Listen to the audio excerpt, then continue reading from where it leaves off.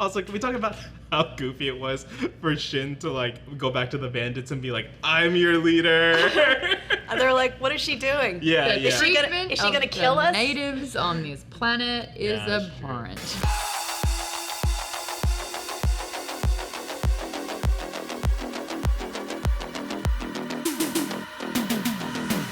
Hello, welcome back to the Break Room. Today we are discussing the series overall, plus all of those lingering questions that you've been thinking about. Maybe you lost a little bit of sleep. G'day there, my name is Maude Garrett. For those people that like to comment at me saying the blonde chick, my name is Maude Garrett. And we've got a wonderful guest joining us yet again. Kim Horcher Hi, is everyone. in the house. How'd you feel about this episode? Give me a quick sentence. They did not stick the landing. Oh, okay. We've got things to discuss. Producer Evan's in the house checking out the chat Hello. too. Yes, reading the chat live, you know. We do these live on Twitch, so you can always tune in at Breakroom NR on Twitch. We can participate live. We do some fun stuff in the intro and the outro. Doesn't make it to YouTube. If you tuned in, you would understand this joke about me not glowing, but you know. Oh, loud and clear. Loud and clear. You look fantastic, It Evan. just means that I'm sweating a little and you're not. So I think it's I'm fine. also It's sweating. fine. Turns out no one can take damn compliments around here. Evan, you and I actually watched the show live together. Yeah. How did you find it? I thought it was really good. I mean, I'm a relative newcomer to Star Wars in general. It wasn't something that I quite grew up with, like grew up following. So I've been tuning into all the live action shows and rewatching the movies like over the last couple months. And so You got fresh eyes on this. yeah, I mean, I'm fresh off of the latest season of Mando, which I think most of us are, right? Because Yeah. that happened only earlier this year. And that season was rough, especially compared to the first one. I watched them all like in one sitting, basically. I was like, season 1, this is great. Season 2, Brought it. season 3, Woo! like, so. Mixed bag. Yeah. So it was, for me, watching Ahsoka, and then also seeing, you know, when I was younger, I caught some of the cartoons that she was in and was like, oh, this is a really cool character. And to see this character have been brought into live action in a really interesting way with a story that both, like, you know, dives, like, has been pulling, you know, lots of lore and cool ways, but making it mostly accessible to people, maybe. I still think that if you haven't seen Rebels and Clone Wars, you're not really grasping what's happening. I'm going to confirm this because I watched once again with my partner who believes Hayden Christensen has been in just 2 movies. He was very confused a lot. Yeah. There's a lot of hating from him in this episode, and I felt like, shut up, this is annoying. But then I was also like, uh-oh. Where's the There's a lie? couple points in there, though. If you had to pick one thing or a few things, what were your favorite things from this season? Season. The recreation of the Clone Wars really brought home how cruel and awful the Clone Wars were. And how I like young that. Ahsoka was. She was a going through baby. it. Yeah. I will say that Dave Filoni having this be a love letter from Clone Wars and Rebels and being in a position where he was able to bring characters to life. Like, as a Star Wars fan, that was beautiful. There was something really rewarding about seeing it, even though I thought that Hera's face makeup and contacts were a little jarring. There was something really beautiful about them being like living, breathing creatures. And I think that it's such a cool thing this season to have all that happen. We saw it a little bit with Mandalorian having Bo-Katan be actually played real life by the voice actor Katie Sackhoff, and seeing sort of like who else was in that? Zeb. You know, seeing sort of like these characters real, but I just think there's something really special about that. I just wish it had more of the heart of the animated series. There's just missing a little bit more heart, a little bit more camaraderie, a history of these characters together. I think there was an assumption instead of demonstration. A lot of Mamba berries. Mamba? It's a South Park reference. It just, what I'm saying is... Panic I had in my eyes. It's just like, remember this? Remember Yeah. this? Yeah. And you just want the substance there behind it. Yes. Yeah, for sure. It's like, well, what if I don't? Show me what this is. Yeah. Who are these people? Yeah. So that was one of my favorite things. What was one of yours, Evs? I thought all the action was great. All the, you know, ship battles or like, just like all like the space dog fighting and then everything, all the lightsaber duels, I was just like truly here for. I mean, like, it's been interesting watching them the way we watch them, you know, we watch them live and all that stuff. And just like, it's just so cool to see it all happen. And I feel like coming out of, you know, the Mandalorian stuff, I think it was just so cool to see all those scenes, and it was just like so fun to watch them. And yeah, you just love lightsabers. Dave Filoni gets the soul of Star Wars. He really does. There's like a particular essence there, and I do think that it's so amazing seeing different versions of said essence. Like, where you've got Andor that took a very different direction, that leaned heavily into Rogue One, and that being a genre all of its own within Star Wars. Yeah. Mandalorian being far more like sort of like that Western feel. Like I said, this had the potential to have lean into a genre a lot more, but it really was sort of like a much bigger arc of Star Wars, and something that should have been contained. Like, it's expanding in a way that's quite beautiful, and I think Dave Filoni is the only one who really could have done that. Yeah, truly. Overall, we're hearing different feedback for what we thought. I thought the finale was one of the most action-packed best episodes of the season. I really do. There was fan service in it. We had probably some of our best moments from live action Rebels thus far. A lot happened. We had so many episodes where things were moving into place that finally some of these things actually started hashing out. But that's what I thought of it. You had a very different take on that. I'd love to hear some of the things that you didn't think worked. Well, I took some notes in my notes app, and it auto-corrected for me, and it says Batman needed more to do. It actually should say Baylan needed more to do. I was a little disappointed. I think there's just too many characters. So I think in order for this season to have worked better, we needed to either cut either Morgan or Thrawn, to be honest, because he didn't have a lot to do either. And we have this really captivating character of Baylan and Shin, and we just didn't get to see them do much. It felt so expositionary, where we were only looking at the setup, and barely any payoff. And if you don't know what happened in Clone Wars or Rebels, no payoff, because you're just like, what are these statues? What's that owl? Who cares?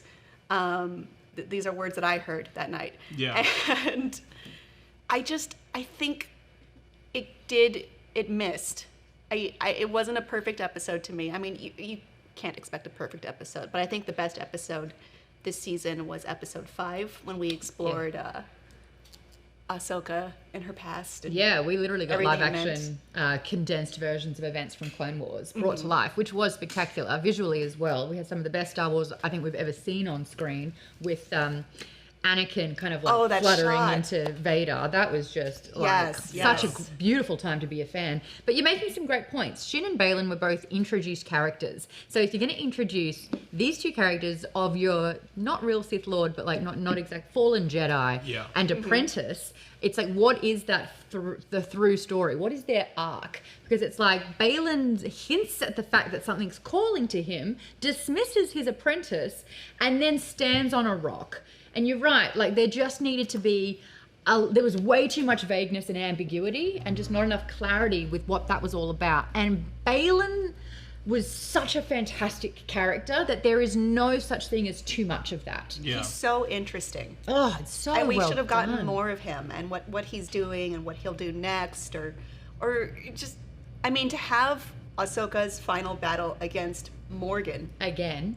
Who cares? Who is Morgan to her?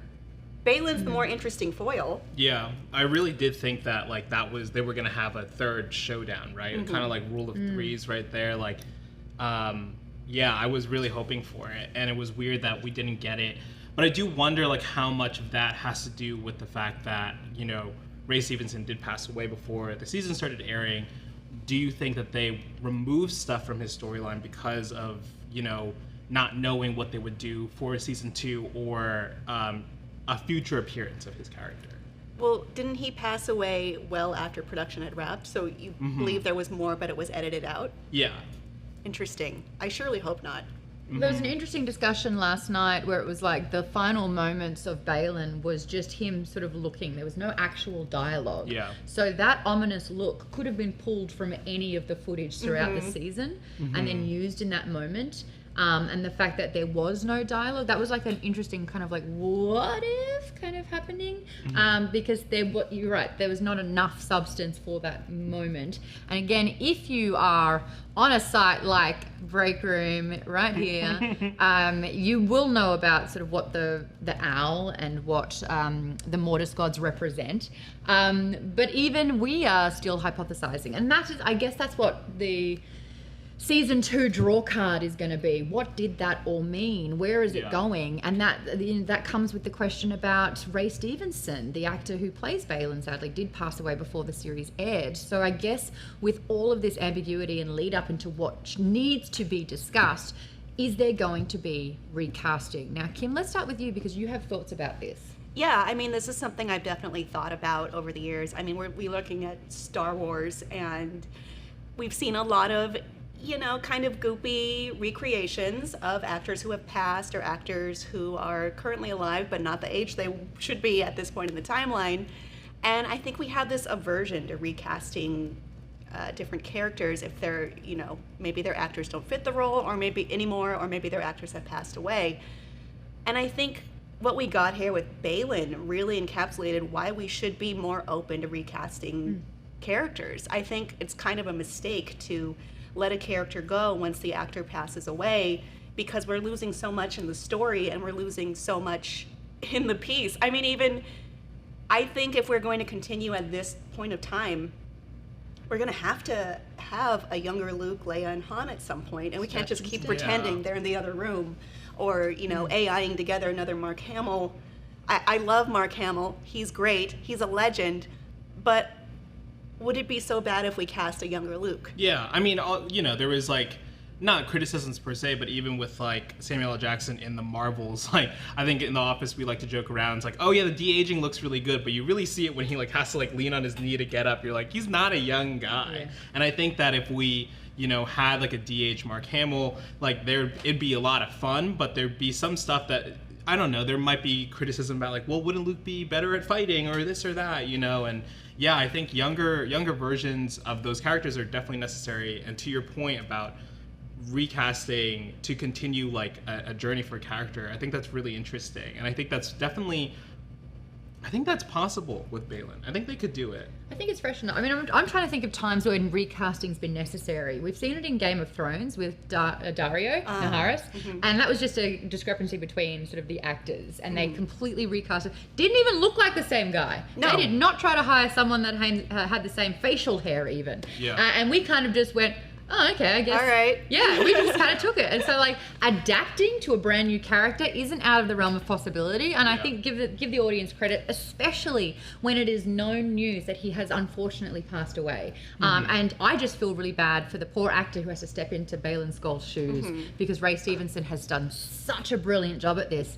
Another posthumous performance that we've seen, Paul Walker in the Fast and Furious franchise. Now, that was a very established franchise when that happened, and filming had wrapped as well, and they'd used his brother and the face of his brother to then sort of like change using technology. And I think that give actors more credit, hire and replace someone and let them take on a role, because that's what acting is. You become a character. Yes. And not relying on technology to try and well, it hurts the story too. I mean, when Chadwick Boseman passed away, it was horrible. We were all mourning him. He was such a great actor, such a great person. And at first I thought, no, we shouldn't recast him. It would be dishonorable to do this. But seeing how important the character of T'Challa / Black Panther is and was, and to just have that character gone and wiped out, and what that means to the entire, not even the MCU, but even the microcosm of Black Panther, I think that was a mistake. I think we needed to have someone fill that role with honor and respect to all the parties involved, to the actors, to the story, to what it means to people and what entertainment means to people. Yeah. It's just hard as well, where it's like, how soon is too soon? to then be like, well, we've got someone else, haha, you know, and to Yeah. have like an honor of legacy behind it as well. And time wasn't on their side. They had to like Yeah. really change the script for that quite quickly. I do wonder if they like had, you know, because that was when Marvel was like really bullish on like, you know, we did Endgame and we're gonna like do another 5 years of this stuff. Like I wonder if they hadn't had so much planned out, if they would have taken the time to be like, hey, let's really figure this out and not put a ton of pressure on ourselves to make, you know, a Black Panther 2 that needs to fit into our, you know, 5-10 year plan. Yeah. And also just like stepping back for a second about the Paul Walker thing, I think part of that is interesting because it's like, you know, Paul Walker had been with that franchise for so long, and Vin Diesel, you know, as like an executive producer, and would probably want to honor Paul in the best way too. And I'm sure his, you know, his brother was probably very interested in doing that, and like it seems like, you know, the whole series is like about family. And like, so that makes sense. But I do agree that like, yes, you can, you know, trust other actors to kind of like take on the mantle.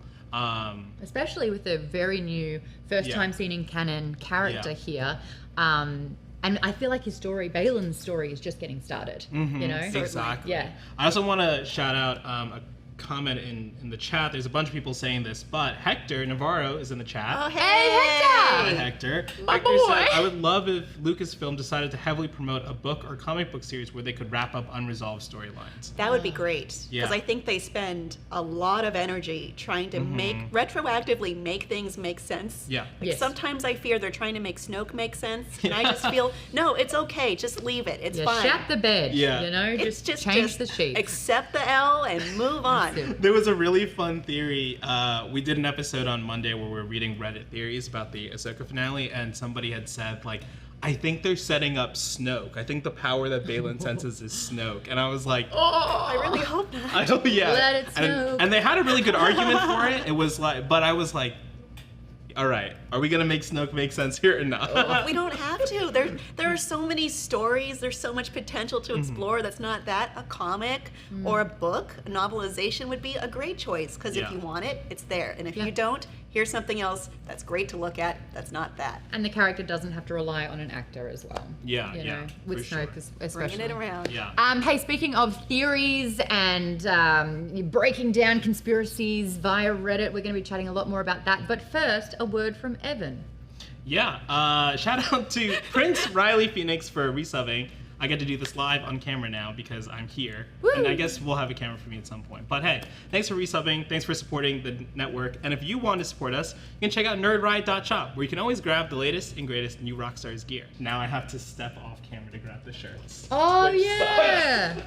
All right, The here we go. shirt. There we Show go. us some of these bad boys. So we got a bunch of new shirts for Loki Season 2. Obviously, you can pick up our Ahsoka merch. It's still there. But we have a Later Breakroom, Gator. Later Gators. Fans of the OG Season 1 of Breakroom will remember the saying. We still say it sometimes. But Also, yeah. the Loki Gator is just drinking your standard beverage. Yeah, it's just standard. Just standard. Have you ever seen an alligator drink a beer? No. All right, so then we have this other one, Mobius Pies. Wow, look. 'Cause We love the pies. we love Bleecker pies. Cut to the close-up natural. 616. All right, I get More you. on that if you know what, Loki's coming out. Incredible. No Oh. spoilers. At Bleecker Street. Uh-huh. Interesting. You know who lives there, don't you? Yeah. Is that My Miss Minutes, mom. y'all? Is that Miss Minutes? And and then we got Miss Minutes. So you can check out all these shirts, y'all. nerdride.shop. If they're not live now, they'll be live very soon. So just keep an eye out on the internet. Thank you so much for that. It always looks like Miss Minutes is trying to sell you orange juice. I would buy it. Love that. She's serving the tea in an OJ form. Alright, so let's talk about some of these lingering questions Alright. about the Ahsoka finale. We've weighed in on what we thought about the episode overall. There's been a lot that happened in it. Still not enough exposition for live action if you haven't seen the animated shows. But we've got a couple of questions. Do you want to read this one out? Kobe-Wan capitalize, Kenobi, man. 99 says, what would you have wanted to see in a post-credit scene if we got one? Ooh, post-credit scene. Okay, so that's actually a good one for Kim. You felt like that they didn't stick the landing. What could they have put in a post-credit to really... I was waiting for a post-credit scene, and when it didn't happen, I was like, what? We're just leaving it there? Well, I mean, our boy Ezra came home. Came home. What would you have liked to have seen? I would have liked to have seen. I liked how we left with Anakin, where we have. Oh, I didn't know possibly a Force ghost. Of course he could, though. That logically. We've actually seen him connects. Before as a Force ghost. But like over where they are on this new world, completely far away, because I guess the Force is everywhere, and that makes sense. That makes sense. I would like to see more about that. I think this show needed to be more centered on Ahsoka herself. Yeah, you're right. We have a lot of lovely characters, but she needed more focus. So I would like to see more about where she's at mentally. Maybe something that could spark an idea or hope regarding Ahsoka and her journey. I'm not exactly sure. Maybe dig into the Mortis Gods a little bit more, because not everyone knows who they are, and it could have been confusing for a large segment of people. I mean, it just wasn't that accessible. Some more steps that way would be good. Even make the bonus scene the clip from Rebels when they explain it. You know, like have that in there, or make a live action, or like, you know, the beginning of Beauty and the Beast, where it's like a fairy tale-esque conversation with the voiceover and the petal of the rose about to drop. You could do that about the Mortis Gods, you know. Just a little bit more information. I would have liked to have seen, I mean, Ezra coming home. Yeah, great. But you know what else that means? Thrawn's back. What does that mean? So you have like Ezra's rejoice overshadowed by shit about to go down. Yeah, his whole sacrifice, everything, living with the Nodi, learning the Nodi language, it's all for nothing. Yeah. It's all... Doesn't that kind of hurt the finale of Rebels, though? Yeah. Where it's like totally. everything he did, this big heroic move he did, written over, pointless. Yeah. I mean, that's also how, not to keep tying back to the MCU, but that's exactly how I felt about Thor Ragnarok, where the post-credit scene is like Thanos' ship appearing after they're like, we saved Asgard. It's like so it's not separate properties. Best brothers forever. Yeah, not separate properties undercutting, but a post-credit scene undercutting. Like, that's what I think post-credit scenes like suck, when they do stuff like that, where just like, it's just the ending. Just show me the ending. It's not let like, me be happy for a bit. Yeah. I guess if I had a post-credit scene for this, I'd want to know who's feeding Sabine's cat. I forgot. We all do. It's Zeb. Zeb's feeding Sabine's cat. That's why he couldn't join them. Yeah, that makes He's sense. like, cat duty. It's like that I would allow. Yeah. His absence has been borderline unforgivable. We've got another question from Saxomatic. Says, so Thrawn is heading to Dathomir. What's next for him? Yeah, there were a lot of questions about Thrawn. And B Vagabond also saying, when they were approaching Dathomir, I instantly thought of Merrin, would she be happy to see more Nightsisters? That's what you want. What do you think? That is what I want. I think, well, Merrin, at this point in time, what is she doing? Night sistering it up. Does she know Cal right now? Oh, interesting. Or is this pre-Cal? Is it pre-Cal? I'm not exactly sure when this takes place, so it's hard to say. Because this, I don't know. I don't know if for it's sure. pre-Cal, not helpful. She's on Dathomir, angry, just ruling all the corpses and Night Brothers by herself. Post-Cal, she can go whip ass. Yeah. She has everything unlocked. She's on the side of good. So I would love to see. You and I were talking before, off camera, and we were like, why is it every time that a Night Sister appears, they act like, oh, this is the last Night Sister of all time. Who is the last Night Sister? Because it's none of them. And why would they sacrifice Morgan so steadfast? That's exactly what I said in reply to that. Well, there's a conversation about the coffins that we were loading up, and we thought that they were the bodies of the night troopers that are being reanimated into everlasting zombies. But now it's actually considered that the Night Sisters that have perished are in these coffins as cargo, so that once they're off Peridia, they can be reanimated as well, or brought back by the trio of witches, and they'll be back as well.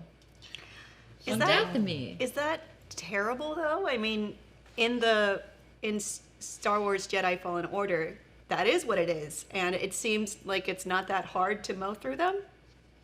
Oh, in the video game. Yeah, because Merrin raises her fallen sisters constantly, and they're just basically like fast zombies. Yes. So I think that's exactly what's going to happen. So Thrawn has sided with the Night Sisters so that he can have his army of witches, which you don't think is too big of a threat. I mean, the zombies were kind of We can zombie. consider them different canons, kind of Adjacent. adjacent until we have a crossover. There could be new rules for this slot. Yeah. Wait, so you think so? Are you saying the bodies are Nightsisters bodies? Oh, interesting. Yeah, I was Could be Night Brothers. Night Brothers. Yeah, I was Could thinking be. that maybe they were like not super soldier, not for real that, but like just some type of like an army of just like I don't know. I The guess Night super Troopers? soldiers. Yeah, Yeah. or not. Yeah. The Night don't know. Troopers I think it's an aren't army. that impressive, though. Yeah. Well, they kept getting back up. Yeah, they but- were. Yeah. You had to decapitate. Once they understood the laws of zombies, which is destroy the brain, it was Always. easy. Yeah. And when they finally both did it, I was like, yes, you get it. You get Let's it. separate the brainstem. And I think the other one is you have to have a zombie grown. Mandatory.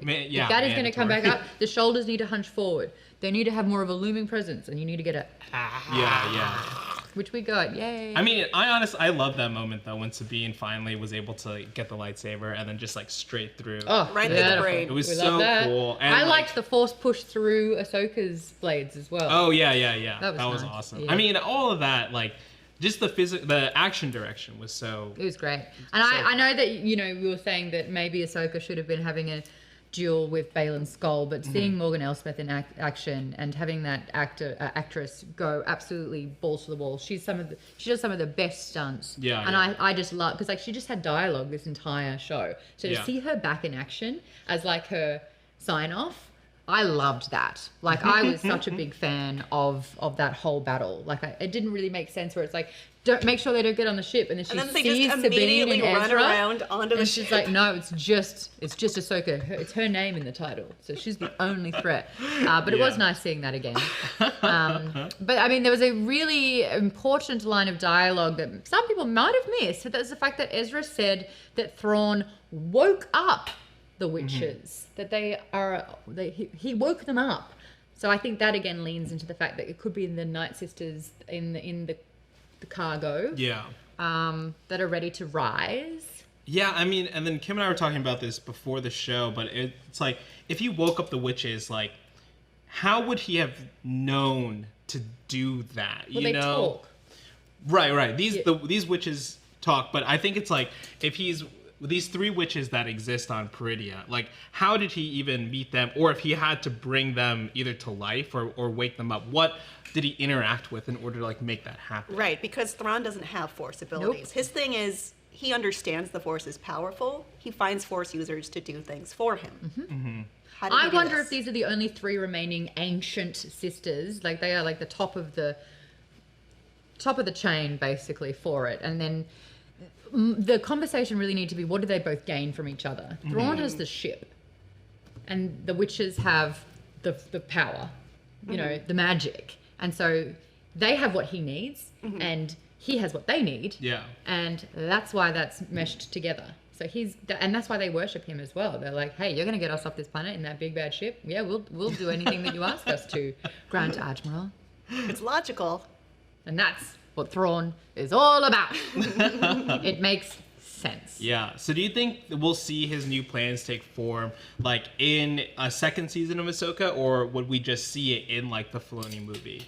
You can't have him be one of two MacGuffins the whole time and not see the consequence of that coming into fruition.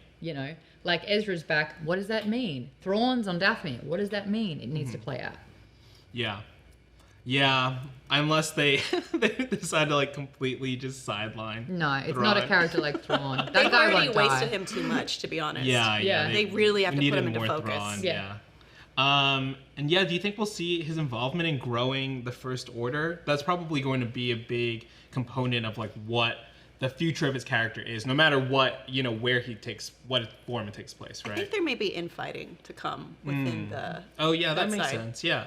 We actually looked up what the timeline is for the Force Awakens movie, because that's when the First Order is like heavily established. Yeah. And I'm like, where's General Hux yeah. at the moment? Is he commander or is he he's general? So it's like, how old is he? Like, let's look at the new slew of Star Wars, which is Yeah. Daisy Ridley. It's Poe Dameron. Where are they? How old are they? How far off is it? Because we know that Ben's a bebe. Ben's like a toddler at this So stage. he's not even in school yet. He's not even at school yet. He hasn't been effed over by Luke and betrayed or abandoned or whatever happened there. So, like, what is going to happen in this particular time? And the answer is a lot. A lot absolutely can happen. Yeah. But what is going to happen so that it sets us up to that time? Because we know exactly what's happening from there. Well, Right. We also have to remember, Thrawn doesn't get mentioned at all. Nope, neither does So Ahsoka. what happened? What Ahsoka happened to doesn't them? either. Yeah. That's why That's there were your so many showdown. theories of like, is everything involving them going to happen in Peridia? And I don't know, maybe we'll see another kind of like distant galaxy thing in order to like make all of that make sense in the canon. Like, why would they not be known? Is it because everything took place elsewhere? Yeah, that you know, the Yeah. hemispheres, like it doesn't even touch the bubbles Right. of consequence, the bubbles of where things happen. Yeah, and it's like, and I think that's like the genius of like Rogue One too, right? Like of every like that story can be fully contained in what it is, and no one needs to ever know their names. It's just like, we got the plans, that's the mission. Yeah. The random heroes. They're in, but it Pretty works, much. you know? And, like, I don't know, because I think about it, like, when you're reading, like, a history book, and you're like, this battle happened, or, like, this, you know, information was given, like, that is exactly what Rogue One is. And, like, that's so genius in how that story can be contained like that. So I'm thinking, like, obviously this is going to be a massive event with, like, lots of characters and things like that. And how is that going to be, like, tucked away in something? It's going to be and really contained. interesting. Yeah. Because like Ezra doesn't have any part in the Force Awakens. You know, it's just such a separate. I mean, even we have Ashley Eckstein as a Force voice by the end of the final one to Rey. So are we supposed Yeah. to take that as Ahsoka is dead? Are we going to retcon that? I don't know. Yeah, that can't be an accident. So that's a lot to unpack. But we've got more questions, especially around the Mortis Gods. Alex Reyes asks, could the father statue be pointing to another gateway, to a realm like we saw in Clone Wars, where the father, son, and daughter were? Now, if you look really, really closely, I didn't see it in the first initial viewing because it's just a tiny thing and it depends on the brightness of your television. You can see an orange light blinking on and off like a beacon way out yonder. So could this be a portal to Mortis? What are we thinking for that? Yeah, because you were saying earlier, Maude, that you think that Baylan... I mean, there's obviously... We know that these positions, as of, you know, our knowledge right now, these positions of the father, the son, the daughter, they're open. They're vacant. And so there's been a lot of speculation this season, like, who is going to fill these positions? Is that what Baylan is looking for? But you're thinking that he is more of like an acolyte of this? I am. So I was saying the whole time I thought Baylan was the father, just so I could say Baylan's daddy. But I needed to put a little logic behind this, and I truly, truly think with the amount of Anakin we've had, not Darth Vader, but the amount of Anakin we've had in this season, the father is 100% Anakin, especially when you recognize that he does encompass both the light and the dark side in one. He has lived both of those to like the nth degree. Like, as high as possible, as both high ways. as possible. And when you really think about his turning point from being Anakin to Darth Vader, it was because he became a father. That was his crucial turning point. That's when shit hit the fan, and that's how Sidious could get Anakin over to become Darth Vader, because he was a father and he wanted to save his beautiful Padme, but it meant that the kids did survive, but Padme died, and then he turned to the dark side. So he actually never got to be a real good dad anyway. But that was his catalyst moment from light to dark. There's an Abeloth analogy in there somewhere. There's also Abeloth, who is the goddess of chaos, bringing shit. There's arguments that she's the mother. That isn't actually a part of the triad there. As far as like in canon right now, right? The mother, it's all legend stuff. It's all legend. She hasn't been canonized just yet. But when you look at how Dave Filoni is bringing up lore and using sort of like gods and things that have only been really touched upon in Clone Wars and Rebels, but he's focusing not on sort of like a Skywalker saga on the people that are alive. He's focusing on the origin where all of this was birthed from and what the Force represents. So I think bringing Abeloth into it isn't a far-fetched notion. I really like your theory, and I want it to be true. Oh no, I hate that, because it's like, what if But every time that happens, it isn't. I have another theory as well. I have a theory that, we saw the statues of the father who did eerily look like Baylan. Like when you saw them side by side, it had the same mouth, had the same nose. But that's going to go out the window after this anyway. So I did notice that the daughter was crumbled. And I was like, it just felt like a lightning strike kind of like destroyed it. But I have a theory with what we've seen in this season. I already know what it is, but please explain it. It's called Ahsoka. Right. The show's called Ahsoka, and the major thing that happened was that she had like a near-death experience where she was reborn into Ahsoka the White. But she had a rebirth experience that was facilitated by the father, Anakin. So when she was reborn, she was actually reborn into the essence of the daughter. And I'm wondering if because she's still alive, she doesn't need the statue, but there's something quite indicative and representative of the fact that it's just the father and the son that remain. So now I think the real conversation is who the F the son is and what that means. Yeah. And I don't think you have to be alive to encompass sort of like the god, but in this particular instance, it is Ahsoka who was brought back with the essence of the daughter. Right. And so, but with the statue, like not having a head and stuff like that. It exploded immediately. Yeah, just when. But when she was brought back in the World Between Worlds, or when she's brought back, and it like originally by the daughter. Oh, it could have been then too. Because we don't know how long these statues have been around, right? Yeah. I mean, is this old reaffirming? Is it reaffirming that the daughter lives within her? That she has, Oh, because it's claimed by her, you think? Oh, that's okay. Anyway, speculation. Ain't it fun? Yeah, that's Thoughts? interesting. I can see the cogs turning. I mean, I like it. Who's the son, though? What does the chat think? Star Killer. Remember that game? That's no longer canon? No, it's not. Some people saying Palpatine's the son, which is pretty interesting. But he can't be older than the father. Exactly. Yeah. He created Anakin. Oh, yeah, that's true. Yeah. We can do some live chat questions right now that I've been saving throughout the episode. Yep. And then we'll get into that big question that we all have, so keep that up. Yeah. Assassin Peach 77. Since Thrawn could or is making an undead army, what do you think his goal could be, and his reaction to Palpatine's death? Thrawn's reaction? Yeah. Oh my god, it's like probably the most perfect thing to happen. Right? Yeah. There's a power vacuum, and that power all needs to go somewhere to someone, and he's the perfect person for the job because he's got an undead army. I really can't see him losing sleep over that. Yeah, he's like, all right, it's time Don't for worry, me to... I got it, y'all. Yeah. Literally salivating blue milk. You know? Oh, the blue milk comes from Thrawn? Yeah. Yeah, they just let him drool over our jugs and they sell it. Yeah, that's canon now. Alex Reyes asking, anyone can answer this, but did the Across the Stars theme play when Sabine was sensing Anakin at the end?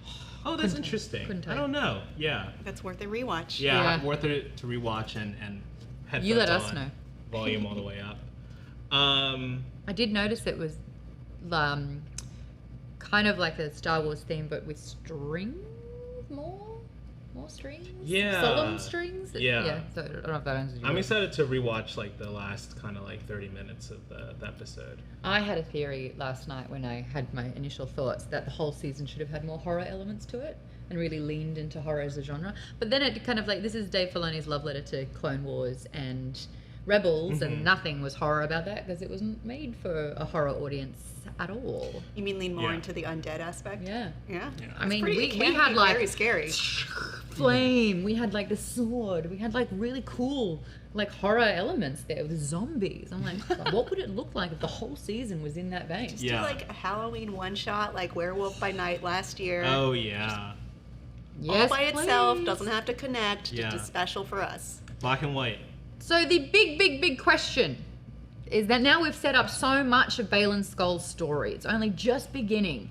How could this be utilized if Ray Stevenson's character isn't included in the future installments of this story? We've spoken about the ethics, or like how it would be really worthwhile for Baylan's story arc to continue with an actor. Do we have any thoughts on fan casting, or who could fit Baylan Skoll's wonderful shoes? So, I saw one online, but I don't necessarily agree with it. Okay. They said Liam Hemsworth could be a younger Baylan Skoll.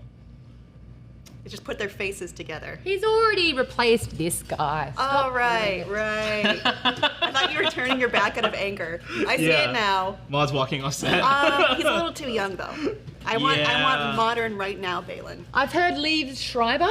I'll take it. Schreiber. Oh, Liev that's Schreiber. interesting. Yeah, Yeah. kind of like a bit older, a bit gruff. Yeah.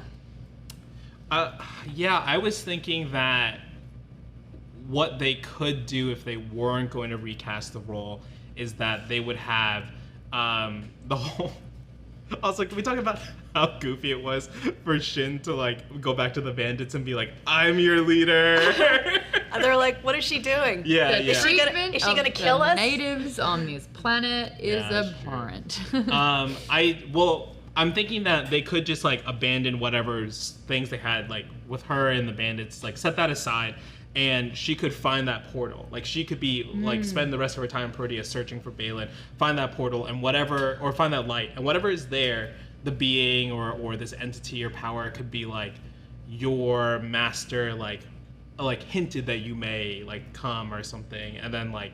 But it had to be her choice, sort of thing. Yes, Her yeah. destiny. Yeah, and then it would totally sidestep, you know, it would explain what Baylan was looking for without having to include him in that potentially.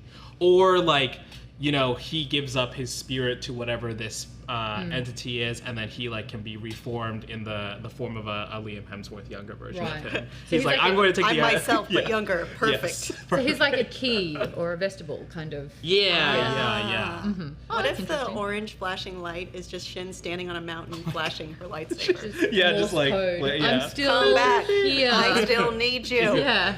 I need more teaching. I don't have discs in my closet. Hitchhiking. Sensei. Hitching a ride out of there.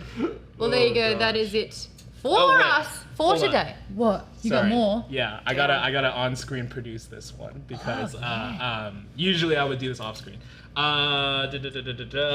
So Brian will cut this. I'll talk to you about it later. I just wanted to ask these two more questions, and three questions, and I wanted to get into one other thing. So B Vagabond asking, do you think the Great Mothers, they called the Great Mothers the G-Mamas, pulled Thrawn and Ezra to the planet after sensing Ezra's call to the Purgle? I imagine that took a lot of Force use and could be sensed by others tapped into the Force. So that's interesting. So if Thrawn had to wake up the Great Mothers, that wouldn't make sense. But where the Purgles, when they're like, you know, about to transport, obviously we know that for the Purgles, they go to Peridea to die. Yeah. They didn't have to go to Peridea in that jump at the end of Rebels. So could the Great Mothers have been reaching out, or could something have been reaching out to pull Thrawn and Ezra to Peridea? Oh, as a way to instead get of Ezra just being like, Purgle, wherever you want to go, you go for Let's it, go. you know? I think it's been established that it was almost like a migration pattern for the Purgle. So Right. I'm not sure that the G-Mamas have the pull. I mean, that was already going to happen. Yeah. By the sounds of it. The Purgle go from A to B. Right. So just took it to B. But I don't think it's the G-Mamas that are just like, come Yeah. for the first time over here. Unless that's what kicked off that migrational pattern. Too complicated. Yeah, I think if that needs to have happened, like it needs to be shown. Yeah. We need fair. a little bit more. Yeah. Of the Seeing why. the Great Mothers like more on their own without the context of like new arrivals or Thrawn being around, like whatever their agency is or whatever they have. Slightly more exposition on Yeah. how they got there, why they're there, what they've been doing there, why Ezra's in solitude elsewhere, why they haven't spoken. Like just a little bit more exposition on what's happened the last 10 years. Yeah, But exactly. don't worry, it's all destroyed now. I lost Took care of that. I lost the username for this question, but do you think Ahsoka will try to recruit Shin? I do. I think that's the best move for Shin. Yeah. I mean, what's she gonna do? Just hang out with the bandits? bandits? That sucks. Well, wasn't the imparting lesson that Baylan gave was something about patience? So it's like, I mean, Ahsoka has demonstrated the patience that she has. She's completely changed as a person because she's so sort of like reserved now. Yeah. I really wanted Ahsoka to take Shin under her wing from this one. Like, okay, I've already exhausted why I didn't think this was great. But I really thought that Sabine's journey was going to be, I don't have it in me to do the most complicated Force maneuver possible Yeah. and push Ezra that far. Maybe I don't have it. Maybe Oh, that's interesting. I'm just gonna be a Mandalorian. Yeah. It did And have it's that not all moment. about this. It's, you know, There was that moment where it's like she's fighting with the lightsaber and she wasn't as good. So it's Yeah. like, go back to your blasters. That's where you're strong that's at. what, it's cool to be a Mandalorian. But it's this Yeah. thing where it's like, this is the last episode, and you know, the arc has been her training, And I just- the end of it is you're actually not good enough to wield the lightsaber in Which these is dire okay. situations, which is totally Yeah. okay. Which is okay. And Ezra's You're built his still new cool. one, We so- have Ezra back. Yeah. Shin can be, you know, maybe get a good new mentor in Ahsoka. She's And got it to could heal those work. abandonment issues, trauma bond. Yeah. Yeah. they Who could has be- abandonment they could be issues? friends. Ahsoka got abandoned by the whole Jedi Order. Yes. Yeah. But it's truly. just, I don't know. I'm just kind of tired of everything hinging on mass amounts of force being the key to unlock everything. I liked her failure arc.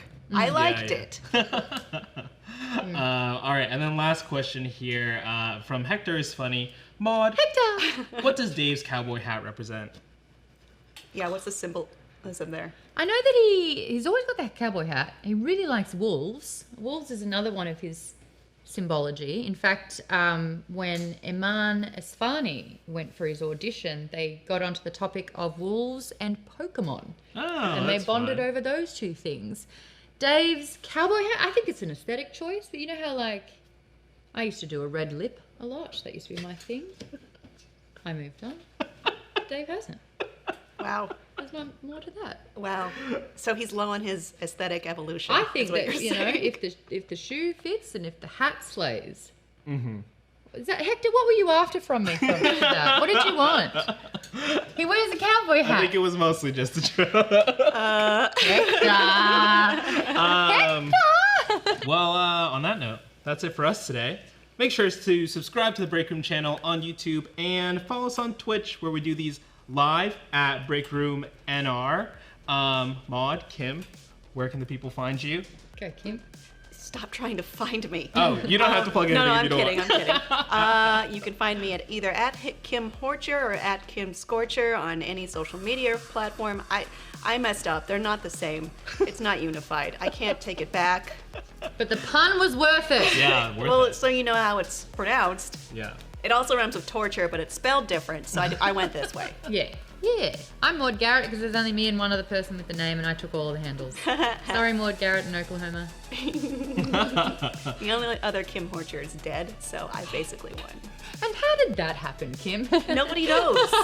Nobody knows. I just took care of that. Now there's one. That's the And- rule of two. And Anyway, definitely we don't only- joke about that. Definitely only one break room, so follow us. Say NR again, break room. Break room NR. Okay, but say it normally. I have a Oh, theory. can I I've say got a like theory. break room NR? Yeah, so it sounds like you're saying Australian oh no. Oh, no. Ah, Anyway, have fun with that that's one. Pretty fun. All right, later. May the Later, force be with Gators. you.